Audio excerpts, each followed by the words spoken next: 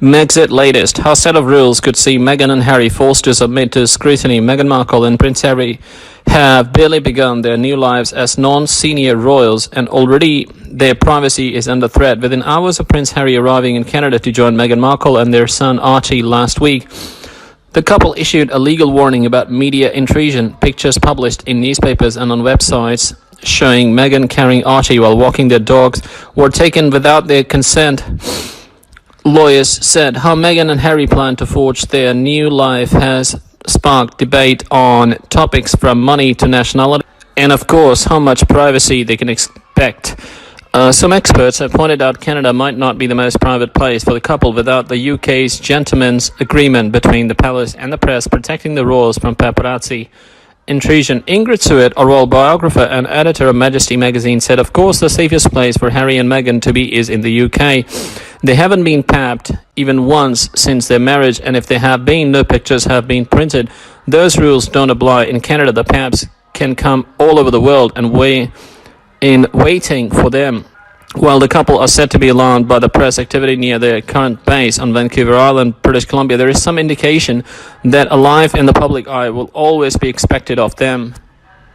Meghan and Harry have vowed to uphold the values of the Queen in their new roles. A palace source told The Times, the values we usually talk are the Nolan principles of public life, but obviously the view was taken within the family that those sort of things will be discussed. The royal household said in its latest annual report it endorses the so-called Nolan rules of public life when it comes to the declaration of interest, and that is active in maintaining high standards of conduct in relation to its employees and officials. The 7 principles were first set out by the late Lord Nolan in 1995 and are included in the Ministerial Code for elected officials. The 7 Nolan principles are: number 1, selflessness; number 2, integrity; number 3, objectivity; number 4, accountability; number 5, openness; number 6, honesty; number 7, leadership.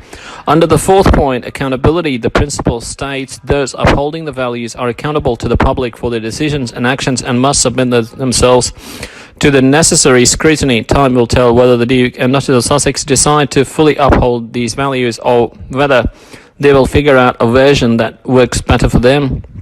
However, given the couple will no longer receive public funds for their royal duties, they are likely to rely on some publicity to earn their own money, and as Harry often spoken about, the balance is a tricky one to achieve. PR and media expert Rebecca May says it is crucial the couple's advisors guide them through the new maze and keep Canada's press on side to help with this transitional period.